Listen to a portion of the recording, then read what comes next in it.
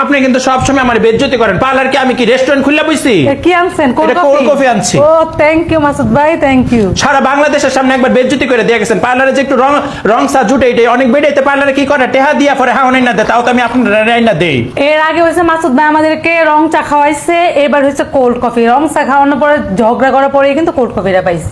না cold coffee আমি না, এটা যদি কইতেন যে আমি অনেক বছর ধরে খাই না 5-6 মাস পার্লারে আমু খাইবার লাগা, তাহলে আমি খাওন রেডি রাখতাম। উপাস বেড়ে যায় এটা তো আর জানি না। দিশার মা একবার উপাস হয়ে পার্লারে আসমু কি আমি কি একটু কফি খাইতে পারি না? আপনার যে জামাই বাড়ি যে ইয়ার ভিতরে বাপের বাড়ি যে আপনার কিশোরগঞ্জ কোন কোল্ড কফি আছে?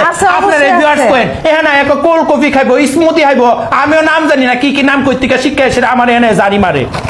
এসব ছাড়বেন আপনি। নেক্সট টাইম আপনার আপনি কিন্তু না শুনেন কোল্ড কফি খাইবেন। কোল্ড কফি খাবেন। টেহাটি একবার আমার গাঙ্গে দে বাইশাই 2 টাকার কাম করতে না আইবো হেনা আইসা চুল কাটতে 200 টাকা আইসা এখন কোল্ড কফি খাওয়াইতো। নিমন সাফা হয় মুনসাফা রং চা খাই অভ্যাস। আমি আপনার রং চা দিছিলাম আর আমার সুরাত দেশের সামনে পুরো বেজ্জতি করে দিয়েছেন, খালি কাপড় খুলবার বাইরে রাখছেন। যাই হইছে রং চা দিবে তারে অপমান করবেন, তাইলে দেবেন কোল্ড কফি। হ্যাঁ অপমান করবেন আপনি না। মানুষ রেটিং সে এসে আমার বেজ্জতি করেন সবার সামনে। আপনি সামনে অনেক বেজ্জতি করছেন আমারে।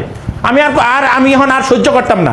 গুলশান একটা কোল্ড কফির দাম হইছে 800 থেকে 900 টাকা, আর দুইটা ধরেন সব মিলে 1700-1800 টাকা। চুলে বিল করতে 200 টাকার চুল কাটার আপনি বিল কাটতে না এসে ইয়ে করেন। মানে আপনার বিবেকে প্রশ্ন করেন অহন কোন আমার লাইনে আইছেন তো আপনি, তাও আপনি অনুচিত কথাটা বুঝতেন না।